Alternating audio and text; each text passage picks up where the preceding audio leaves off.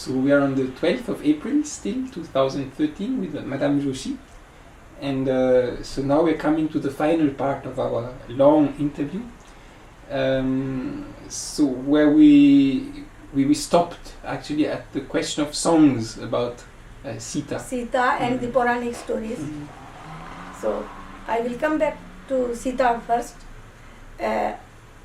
For example, in Rajasthan, there are not too much songs, but the songs which the women sing in the morning or on some occasions, in which they talk about Puranic Kahanis. For example, if it is a song of Sita, it is song of Sita.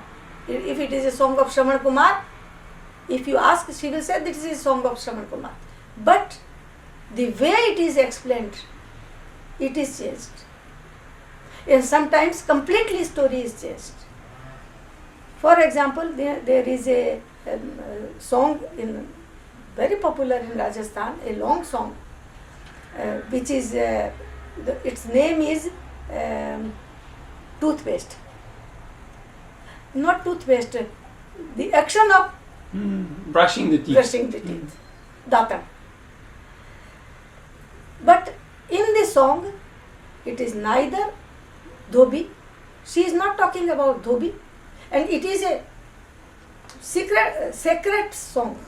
It is a pavitra geet, which is sung in the morning at the moment of Kartik Snan or Navratri Snan in the morning with a faith, respect for Sita. She is talking about the exile of Sita. It is a morning. But she is not talking in this song. Even if you see Puranic encyclopedia, you will see three versions, Dhobi, Kekai, and Ram's sister. They are responsible for Sita's exile. But in this song, neither Dhobi nor Kekai neither Ram's sister. It is a complete different version. According to this version, it is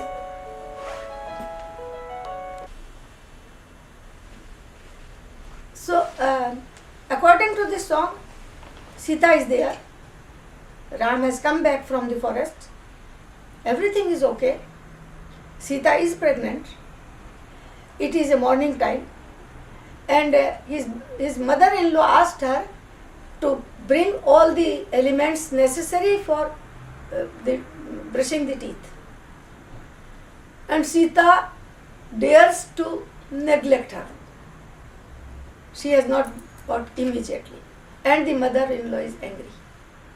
And at the same time Ram comes. He sees that my mother is not happy. He asks the reason, and he says that your wife is immoral. And to make happy his mother, Ram says that if you want, I can send her to her father or I can exile her. And she replies, why will you exile your wife because of me? Oh mare, oh mother, it is not a problem. You can brush your teeth now. No. The time, the moment when I was habituated to brush my teeth is gone. Now you ask your queen to do this. This is a provocation to Ram, that if you are really faithful to me, if you really love me, show me that you can give a punishment to your wife. And Ram lies. Ram asks Sita, can you go to your Sita, do all the makeup, prepare yourself, and there is a marriage at your father's house. Sita says, oh no. Sita couldn't imagine that not following, not obeying the mother-in-law for one moment is so serious problem. So she said, don't make me fool. In the month of, in the season of, during the rainy season, there is no marriage. Ram thinks, and he says, your sister-in-law has given birth to a child. And really, in fact, Sita's sister-in-law was pregnant. So she believes, and she says, okay. And Ram asks Lakshman to take Sita and leave her in the forest. Lakshman goes, Sita is there, he leaves Sita and he comes back. And then it is explained that Sita is feeling, they are not talking about Valmiki. Nobody in the forest. Sita is suffering from the pain. This is the moment of giving birth to the child. How to do? She is taking some leaves of some trees, one way or another. She has given birth to the children. And then she thought, what to do? I should inform at least my family that there is a child, because this is a custom. In forest there is nobody. So she asks a crow, and there we see that a crow, which is considered a untouchable, not very good bird, for Sita he is auspicious. So Sita says him that go to Ayodhya and tell my family that there is a child born in your family. The crow goes, and crow is feeling sympathy towards Sita.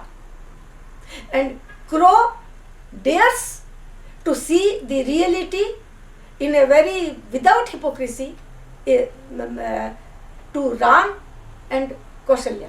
He decides this. So crow goes, his voice is there, and Kaushalya, it is a morning time, Kaushalya is there. She asks her son, what information this crow is giving? And the crow is saying, oh Ram, you are sitting on a takht se le divan, divan abua. You are sitting there, and you know where your child, your newborn child is sleeping? On the bench. No, on the leaves. Okay, sorry. Dry leaves. On the dry leaves. On the herb. And do you know that because there is a ceremony when a child is born, from the child's grandfather's family, normally it is his grandmother, she comes to give her the first drink in her mouth, because it is not only the first drink. This is a special drink, special sort of tea, herbal tea, with many things. Through this thing, the grandmother passes her qualities to this child, and that's why it should be the grandmother paternal, because this is a child of that. But for this ceremony, there is nobody in the forest for your child. Kaushalya asked, what is he saying? Ram told that Ma, Sita had child, and there is nobody to do this ceremony. And Ram is feeling that it was not good what I have done.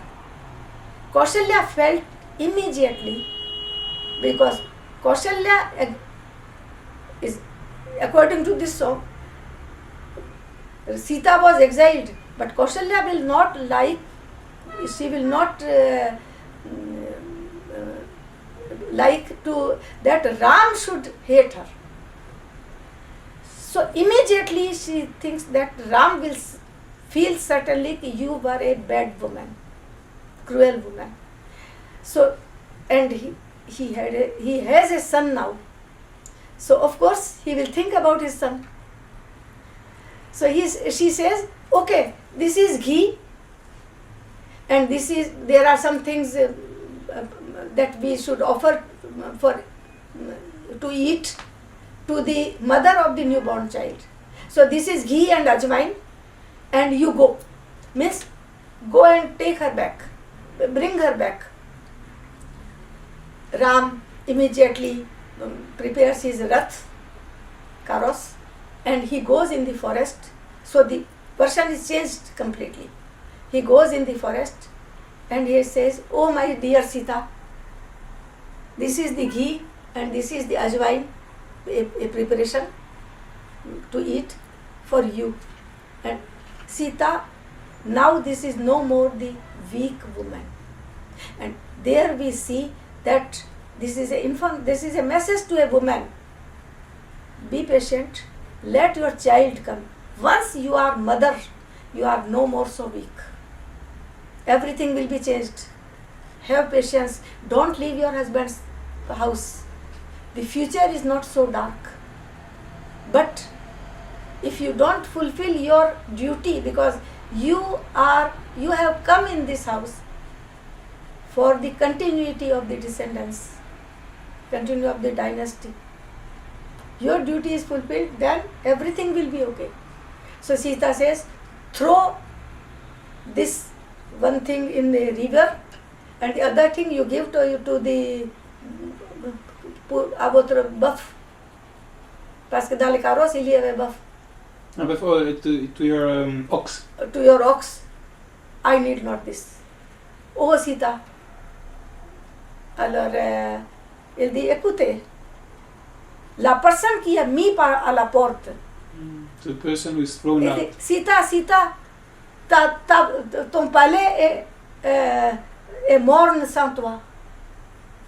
Viens. Elle dit, non Ramji. Une personne exilée n'a pas un foyer. Là, vous voyez, ce n'est plus la faible Sita qui parle. Même dans la forêt, refuses to go back. Même dans la forêt, elle sait qu'elle n'est plus seule. Elle a quelqu'un. Et c'est sa force, son enfant. Donc, non, les lignes sont vraiment Ramji, Kadyoda ka kisya ghar bar. Ramji, Kadya ka kisya, Ruthoda ka kisya che manavana. It is a very touching song. Ram says, you see Sita, here listen, excuse me, it was because of my mother, but my dear, come back with me. And Sita accepts. Ram, il essuie ses larmes avec son turban. C'est symboliquement, il le prend dans ses bras et il prend l'enfant dans ses bras. C'est-à-dire, c'est un Ram courageux maintenant. C'est la solution que les femmes suggèrent que Ram devait faire comme ça. Un mari, si vous ou bien ne vous mariez pas, si vous vous mariez, pensez à votre devoir envers vous avez votre devoir envers votre mère, mais vous avez un devoir envers votre mère et votre épouse et votre enfant aussi. Donc, d'après cette chanson, Ram prend l'enfant dans ses bras, Ram fait asseoir Sita à côté de lui, il revient à la maison. Et il appelle à sa mère, il dit, maman, viens, l'enfant est là. De nouveau, c'est la crise. Donc, si vous voulez, c'est une veuve belle-mère frustrée qui est expliquée dans cette chanson, jalouse. Elle dit, quand un enfant qu'il doit vivre longtemps, et quand tu as touché les pieds, vous dites à votre femme de toucher les pieds de sa mère. Et Ram tout de suite dit, écoute mère, ne dis pas n'importe quoi. Ram ose dire ça, il amène sa mère sur le bon chemin. Et c'est la fin, et on dit que la personne qui va chanter cette chanson ira directement au paradis. Donc, pas seulement que la femme a changé la version, d'après la femme, que ce soit Dobi ou que ce soit la sœur de Ram ou que ce soit Kekei, bon, on peut dire n'importe quoi, mais c'est Kausalya qui était responsable. Donc, symboliquement, cette responsabilité de protéger la belle-fille est confiée à Kausalya. Et si la mère est comme ça, le mari, qu'est-ce qu'il devait faire? cette solution, ils ont suggéré, on ne parle pas ni de tests, de preuves de pureté, etc. On se montre tout simplement que c'était très simple. Ram devait aller dans la forêt, ramener sa femme et mettre à sa mère à sa place. Donc ainsi, on voit que dans les chansons et à travers la littérature populaire exprimée par les peuples, par les laymen, il ne s'inquiète pas pour ce qui est dit dedans. Dans la vie, comment on doit agir et suggérer aussi. So there's lots of like living stories actually, like in the story, like how you should behave in concrete circumstances, like in an appropriate way, so that you fulfill your responsibilities. But normally, in many families, you will see. Sometimes the husband is completely, I will say, idiot. In that case, it is different. Otherwise, sometimes it happens that in-laws are not very kind. The wife is born, but as soon as the husband sees that my family is going to be destroyed, he takes the decisions. This is the solution. You should not let your family destroy because of others. You should feel your responsibility. Because your mother, but wife is also your wife. Your child is your child. In the same way, there is a story of Dhruv. Dhruv is the étoile polaire, polar star.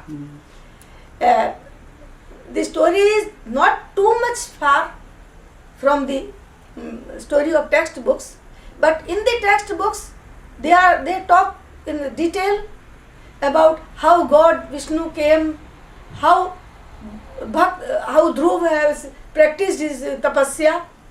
But in the song of Dhruv, it is a importance of having a son. It is a miserable life of a woman who is suffering a lot because of her husband, because his husband, she is not a favorite wife. And when Dhruv is practicing cult of Vishnu and everything, it is through Dhruv that the mother is regaining her place, her real place. So it is a life of a unfavorite woman, unfavorite wife, and how it was solved. This is explained in detail. They are not talking too much about Vishnu or Narad or how Vishnu came or what happened, how Dhruv was practicing his tapasya. So many times we will say that in these songs the version is changed. At the same time we see all this religious practice, she is not worried that it should be published or people should know. No, the people of my circle, they are knowing this and it is sufficient. But the woman, she should know what is the reality of the life. And there is no story or no song. Everything is giving a message of optimism. They are not talking about pessimism. They are not advising that a woman, this world is not for you, your life is your husband. If your husband dies, you should become sati and you should follow your husband after the death and become sati. No, there is no message of being sati. They are, even the widows, they are advised to stay in this world, to face this world, not try to die as soon as possible, but they should pray that in their next life, in their next incarnation, they will not suffer, they will not become widow. And they continue some festivals for not being widow, some festivals for the protection of their son, their brother, their prosperity. Husband has gone, but everything is not gone. So, if you see Ramayana, Mahabharata, etc., many times you see that in the end there are sometimes tragedies. But when you see these things, which is related to the religious practice of Hindu women, everywhere there is a message of optimism. You are widow in this life, continue this and this and this fast and this festival. In next life, it will be extraordinary. So, it gives a force. But at the same time, the reality of life is explained in detail. For example, if there is a widow, there are 3 conditions for a widow. After that she has become widow, either she can live with her brothers and parents, or she can live with her son, and if it is not possible, then third situation is that she will live alone. In the case where she is alone, at least I will not say that she is extraordinarily happy, but she is not shown such miserable. She is continuing her tapasya, her religious practice, and life is continuing, and God is fulfilling her gods, and her goddesses and her deities are fulfilling her ambitions. In the other case, when she is at the parents' house, sometimes there are problems, but she should be careful to protect honor of that family, and she should show that she has totally controlled and mastered her senses, her desires. She should show that she knows what are her responsibilities. Very reasonable, because she is not part of that family. Once marriage is happened, the girl, she is daughter, still she is not member of that family. So she should never forget that if they are keeping her, they are allowing her to stay at their house, it is their kindness. She should be thankful and show that I am very thankful. I don't wish anything wrong. I don't fear that I will claim something or I will have some. On every step, she should show that I am faithful to your family. I am conscious that I should take care of your honor. And as if there is one invited person living at your house, and should never forget that it is not her house. Third situation, when she is at her son's house, in most of the stories it is strange that she is shown very miserable. Because on one hand, having a son is very important, otherwise her life is hell. She is unauspicious and many problems. The husband will not love her. The textbooks allow him to have another marriage, so he can have second wife. So son is very important her, but after the marriage, son is his daughter-in-law's husband. So it is not the same thing, and there in many stories it is shown that it can happen that she will be not killed with the knife, but she has a risk of her life. And it is surprising that in that condition, which is the extremity condition, for example, in one story, which is a story of Hanuman, the advice which they are giving is really very strange. For example, there was a woman, her son and daughter-in-law, aged widow. She was living with them, and she had the habit to offer a big rote, if it is a thick roti, then we will say rot, to Hanuman. And she was feeling that perhaps I will have some problem. She has this intuition. So she was praying, "Oh Hanuman, today I offer you prasad." I don't remember exactly, either it was a rot or a laddu, something like this. "Today I offer you this, but tomorrow, if I have some problem, it will be your duty to think about me." The daughter-in-law was not very happy that she is doing these expenses every day. So one day, she went in a room and daughter-in-law closed the door.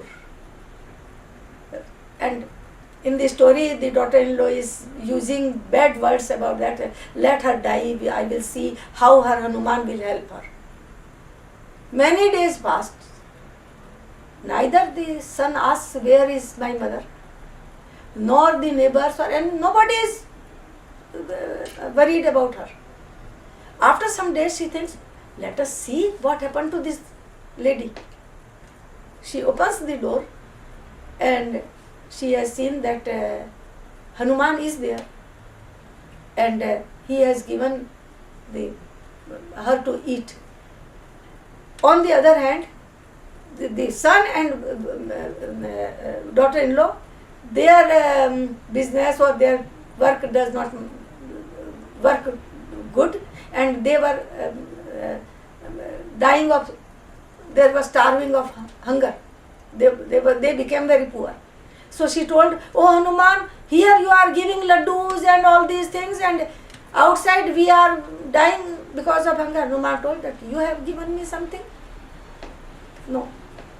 This story is not so bad, but there is another story where she was a devotee of Ganesh, and the son goes in another country, another city, and he says that, "You will take care of my mother." The daughter-in-law is very strict. The mother has become very weak. When the son comes, he told, "What happened to my mother?" "Oh, she's presque mort." Almost dead. Almost dead. You should do the ceremony. And the people of village, according to this story, the people of village and her son, without verifying that she is not dead, they took her to the cremation ground, and they put fire. Ganesh saw that she is my disciple, I should protect her. So there was a tufan,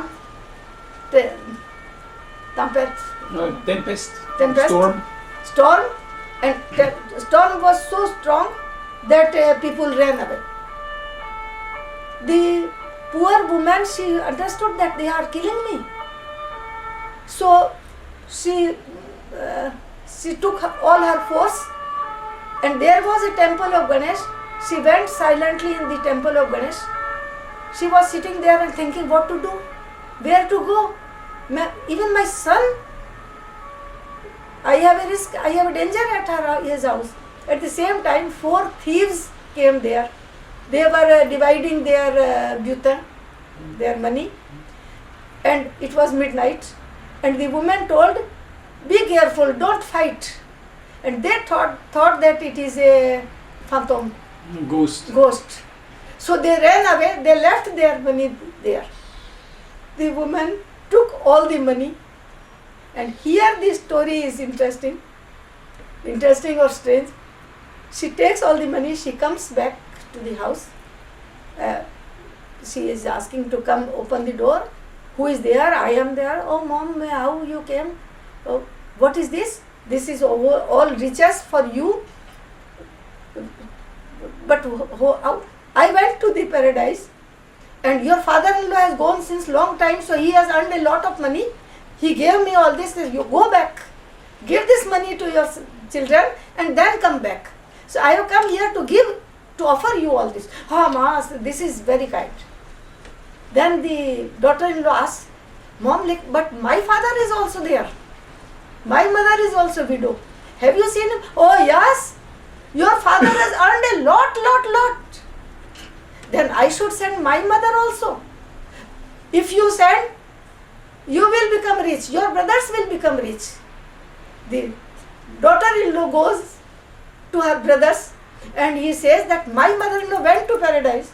She came back with lot of riches and she is sure, she told me that our father is there. He has earned a lot of money. Send our mother. You send our mother and mother will come back with the riches and we will become rich. So, the mother of the daughter-in-law was burnt alive by her brothers. Now, she says, mother-in-law, my mother is burnt. Oh, it's good.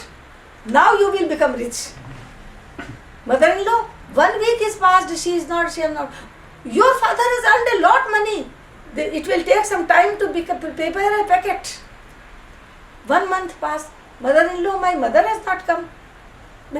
Are you idiot or what? When some person is buried, can he come back? Oh, my mother-in-law, what are you saying? What have you done? Nothing. You wanted to kill me, to bury me. Now you understand what happens? And Ganeshji, story is finished. So, tit for tat, da pur da, loy pur loy. You see, I don't think that textbooks will give this lesson. So, if it is an extremity of injustice, don't hesitate, give the same lesson to a person who is not kind to you. Even this, and be careful, everything can happen, it depends on situation. So, they are not talking about MA or BA or PhD or do your education or go to the university, ask about your rights. They are talking first, you must be conscious about the situation you can have to face.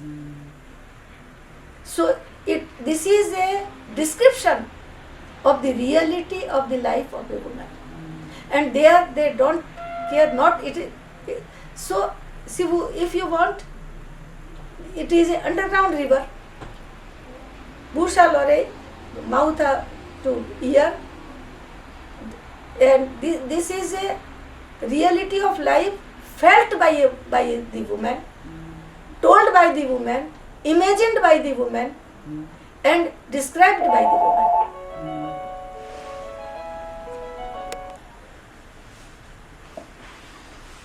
So that what you just said on the message, the underlying message, that the important thing is to, in a certain way, give models of how to behave in very concrete situations, and by keeping in mind all the implications, sometimes hidden implications, which are also there. Very interesting, you told me once about this story, a different reading of the kidnapping of Sita by Ravana. Taking into consideration all this like woman psychology of what is at stake actually in the encounter and in what is happening. Could you tell us a little about this, because it can give an illustration of how the same story can be seen in a very different light when we look at it from a different perspective. You see, for Sita and Ravana, and this is a subject on which we can think with different point of views, etc. But if you think seriously, all the problems before Ravana and Sita, before this episode of Ravana and Sita, before this chapter, Sita was quietly living with her husband. On all this problem of exile of Ram, this was a story of Ram and his stepmother, or the problem between Kausalya and Ram. Perhaps Kaikeyi was not liking Kausalya, she was jealous of Kausalya, because in the Ramayana she says Kausalya is not gentle with me, she will have the fruit of this. But Sita was peacefully living. Now the question is, if Sita has not gone with Ravana, because sometimes in some oral literature, perhaps in the textbooks they have, so because I have not read all the textbooks, but sometimes in the, for example, I will say one extract of a Ram Leela in India. Sita has come, Mandodari, Raman's wife, came to see Sita, and she says, "Oh, the people say that you are a Sati Sita. How come that you came with my husband?" Indirectly she is saying that you should have killed yourself, because a Sati woman, if other man touch, she has this power to reduce herself in ashes by her power of Sat, or a Sati has the power to reduce in ashes the person who is not correct. She has not killed neither Raman, not herself. She has come up to Lanka. So Mandodari is asking, तू तो सीता सत्य की रह गई है, मारा पति के बिना लारा कैसे आई है?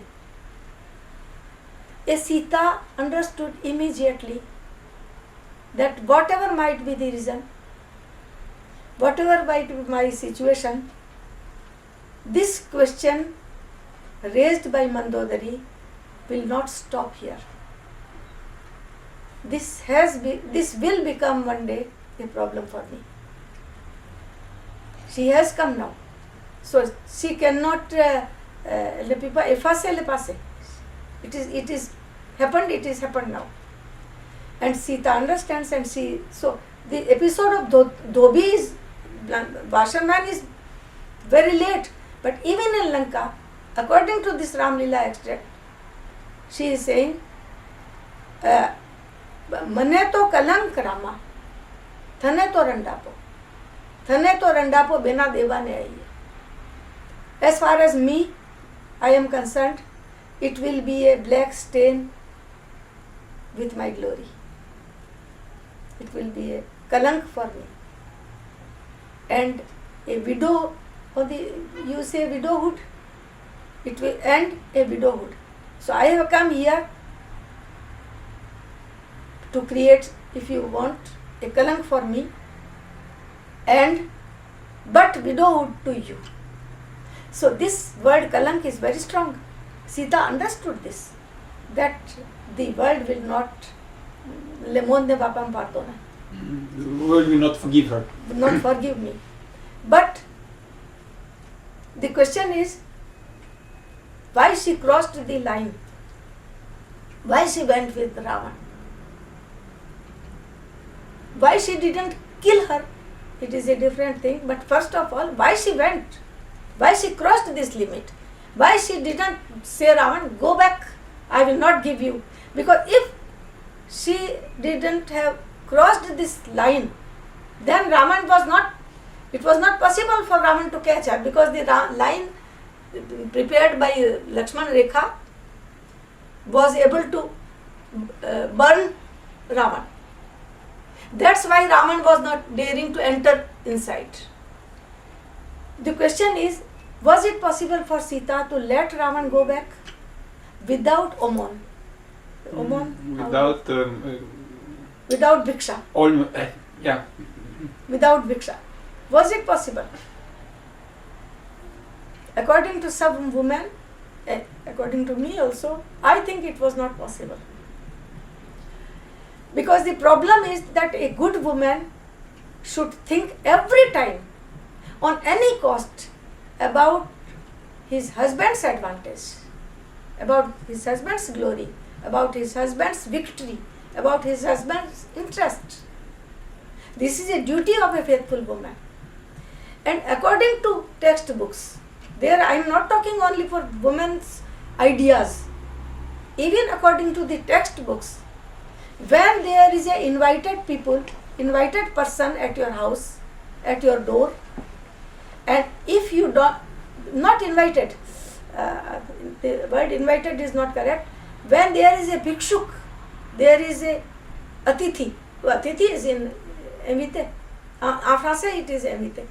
When there is a Atithi who has come with a hope to have some food or something at your house, and if his wish is not fulfilled and he goes with deception, then he is not going back alone. He is taking with him half of the fruits of the good actions, punya, of the chief of that family. Perhaps that's what Ravana was searching. We don't know. Because if Sita will say, I'm not going to give you anything. If you want, you come inside, I will not cross this line. If Sita is not giving, then Raman will go disappointed with deception. A Atithi came to your door, going back without bhiksha. He will go back with half punya phal of Ram. In that case, Ram will become very weak and Ravan will become. Imagine a Ravan who was already very strong with half punya phal of Ram, then Ravan will become invincible. Nobody will kill Ram. Nobody will be able to kill Ravan. And Ram will become completely weak.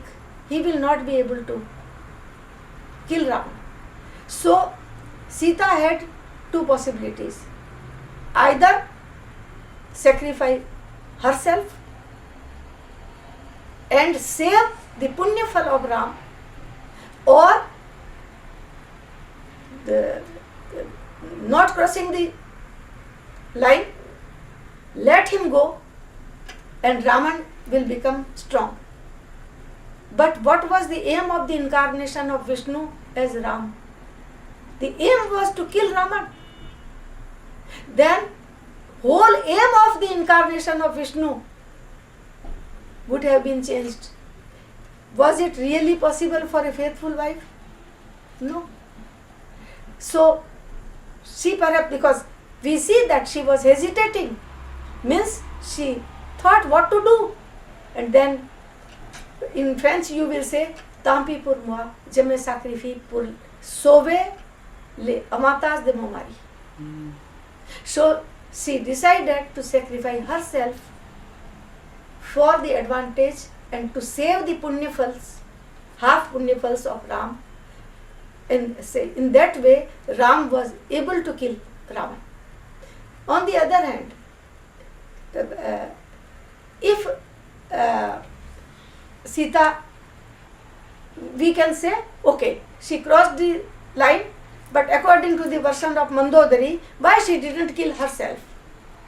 And why she didn't kill Ravan? No, Ravan had a vardhan from Brahma that he will be killed only by Nar and Vanar.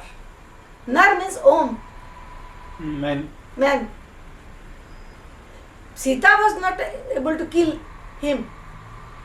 And on the other hand, Ravan had a vardhan from Brahma. He asked this vardhan to Brahma that if there is my own daughter, and if I see my own daughter with a avec l'œil désireux, avec le regard désireux, the desirous look, I should die. I will prefer to die. So it was necessary, according to this, that he should cross the limit of distance. He should see Sita like this to be able to be killed by Ram. In fact, for Brahma there is a story that he looked with a look full of desire to his daughter Sandhya, and in fact it was a sarcasm, a sarcastic remark towards Brahma, that Raman asked that si je regard ma fille avec un regard désireux, je Jadvatatra Murir, Jadvatatra Mor, a Brahma Adi, देखो. Ravan was not, he was not knowing that Sita is my daughter, but in fact, symbolically Sita was Ravan's daughter. She was, in fact, Mandodari's daughter, because the blood which Ravan claimed for tax, when the rishis put their blood in the pot, in that pot there was some liquid which was related, which was capable to give birth to a child. And the rishis, when they gave this blood, they put their blood, because they told that we don't have anything to give tax, we have only our blood, so this is our blood. But they told to the servant of Ravan that you say your master that this is the tax, but the thing which will come out from this pot will become the reason of your death. So when the Ravan's servant came and he told this thing to Ravan, Ravan had fear. So he thought where to put this pot, because if somebody is going to open this pot, I will die. So he went to his queen. He told Mandodari, you keep this pot very carefully, because there is a very dangerous poison in this pot. He was thinking that Mandodari will obey me, but in fact Mandodari was not very happy. Ravan had many queens and he was not a very good husband. I will say so many queens and corrupted husband. So she thought that if it is a strong poison, it is a good chance I can kill myself. So she has l'abus. She drank. She drank that everything which was in the pot, and she found that I am pregnant. She had fear that Ravan will ask, what is this? How you became pregnant? So she organized an abortion, and she asked that this child should be buried, as far as possible from Lanka. And in Mithila, that child was buried, and according to one version, I don't say that it is version of everybody, but according to one version, that child was Sita. So, child of your wife is symbolically your enfant, your child. So symbolically Sita was Ravan's daughter, but Ravan was not knowing that she is my daughter. So in fact he was her father. So perhaps Sita was knowing this, I don't know. But Sita, according to the Vardhan that he has asked to Brahma, that if I see my daughter with wrong ideas, I should die. It was necessary perhaps for Sita that that situation should come. And perhaps as soon as he has taken Sita, perhaps he didn't have this idea in his mind. And perhaps it was necessary that he should see Sita with this emotion. So see, because in the Ramayana, say whatever I have seen, that it is in the, he takes her, but there was a fight with Jatayu, and so perhaps he was how to take her to Lanka. It is in the Ashok Vatika that in the Sundarkand he goes in, he is asking her that accept to become my queen.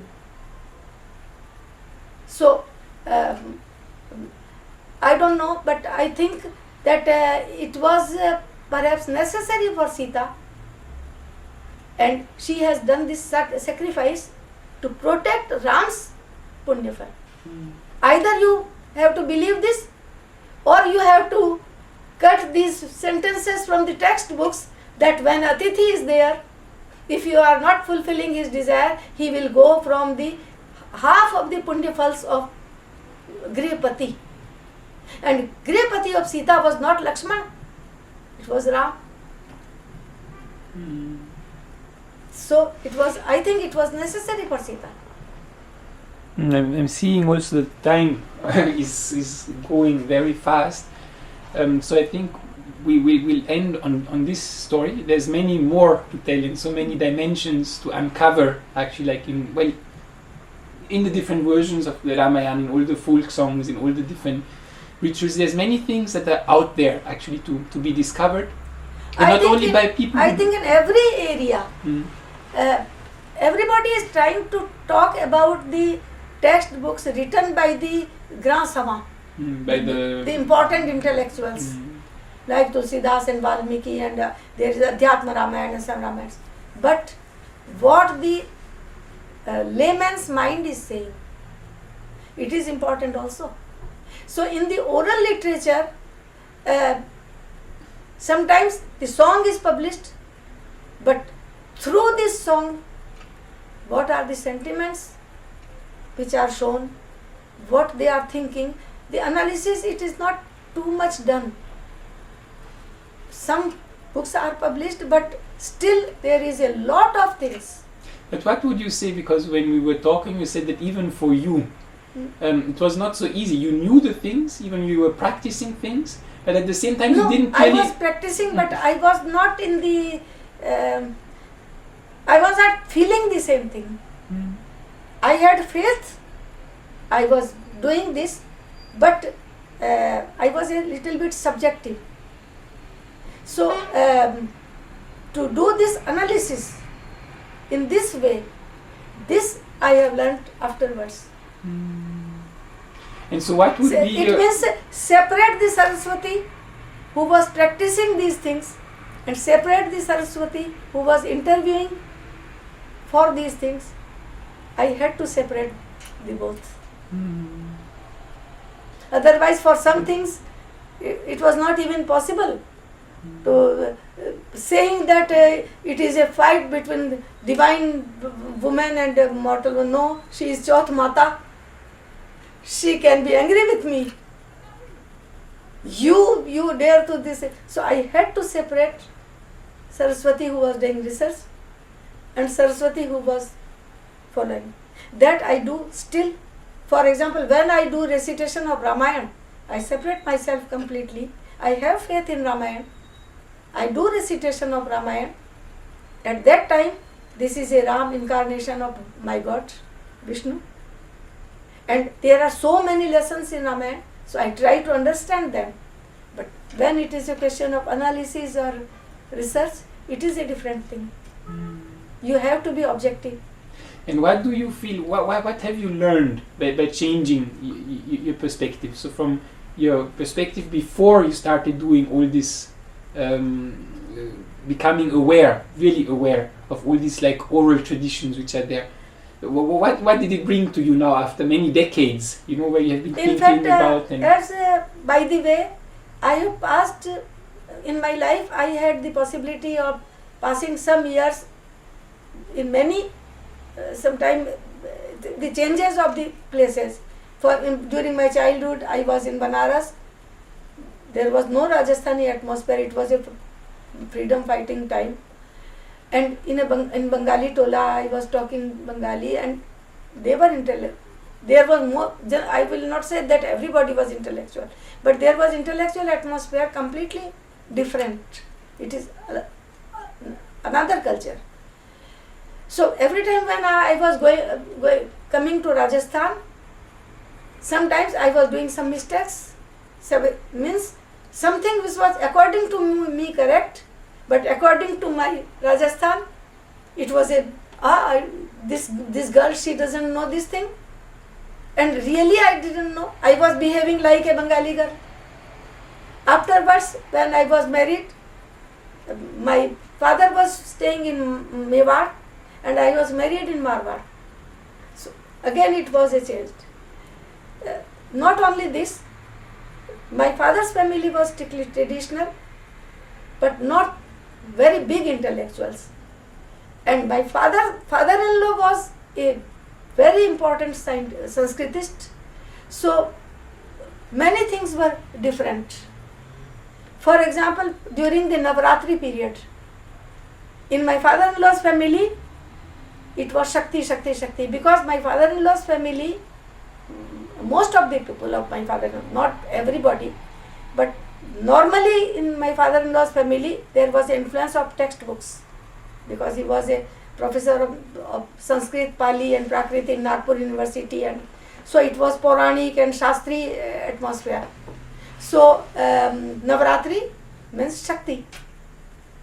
But in fact, if you go to Mewar, during Navratri, for the man it is Shakti. For the woman it is Shakti also, not only Shakti. At the same time, millions of women at 4 o'clock they go to the river or lake, they take a bath, elles font 9 plongeons. Comment on dira? They plunge into the water. 9 times. Every day 9 times.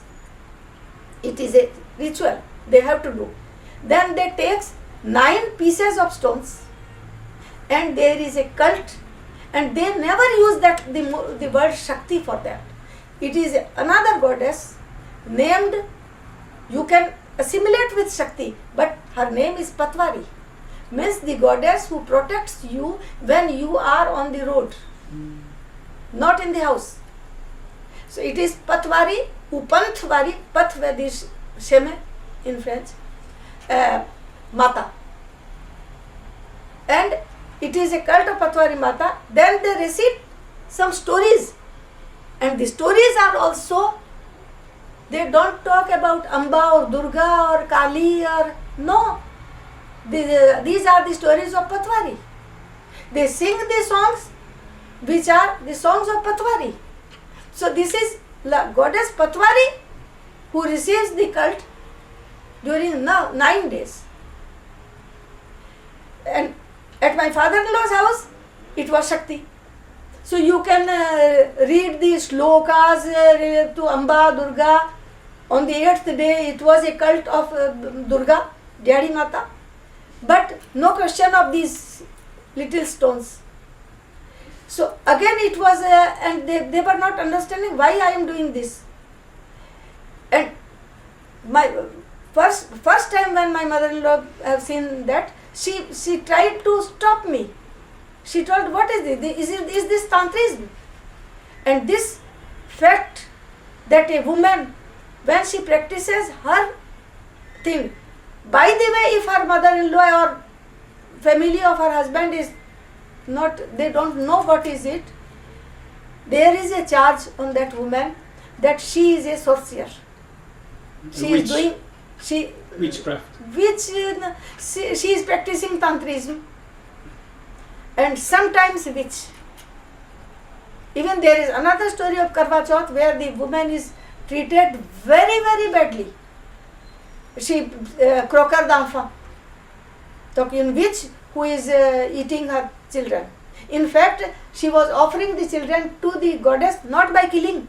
She was giving the children to protect the life of her husband. And finally, the goddess gives her back all the 4 children. So finally the end is very good. And then the mother-in-law says that why you have not told us. She told that it was not possible, but your husband, she told that your son was dying. And my goddess told me, if you give me your son, I will protect your husband. So I have given my son. Son, I can have another son if my husband is alive.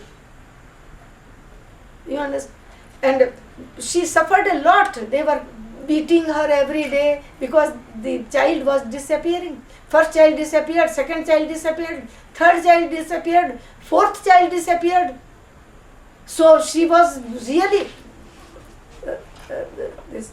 So sometimes it is not easy, and in that case you can do it. It is allowed, not by the textbooks, not by the pandits, but internally it is allowed that if it is necessary, if your aim is good, if it is for the protection of the family and your husband and your children, do it silently without announcing.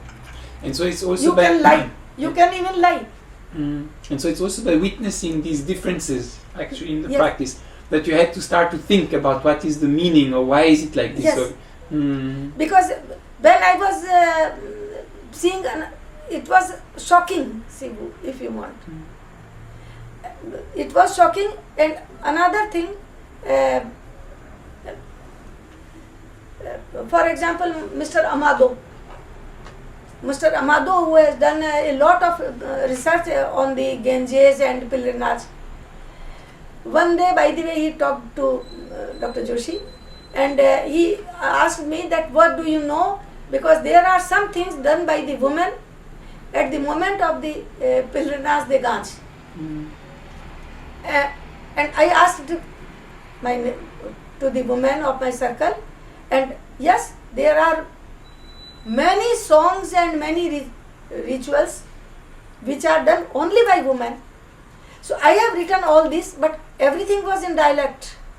When I sent here, Mr. Joshi, he told to Dr. Madhukbala, these are the things, because I was thinking that Shastra, they know, everything is translated. So I wanted to send him the things which I was sure that he does not know. But I was fearing that my husband will say that these are the things in dialects related to women. And by the way, Professor Madodi told that it is very interesting. Can she translate this? And there I felt, when I translated, I felt the reality which I was not feeling when I was singing those songs. Because when you translate, you have to enter really, if there are 3 meanings or 4 meanings, before translating is a different thing than repeating the thing. So it was also a fact that when I was translating in French, then I was, it was giving a different signification to me. Of course, many times when I had confusion, or there are 2 significations or 3 significations, I was taking notes. I was going back to India. I was discussing with the women, what you think about this. I am thinking this, am I wrong, etc., etc. So thank you very much, Madame Joshi, for all these inspirations. I already enjoyed very much when you were my teacher first. And since then you really inspired me a lot. And so I'm so very happy that now even filmed a little so that I can watch it also again, and because it's so rich, that you need but time. It was a pleasure to talk with you, to discuss with you, and I wish you bon succès, beaucoup de courage, and I hope it will be useful for you.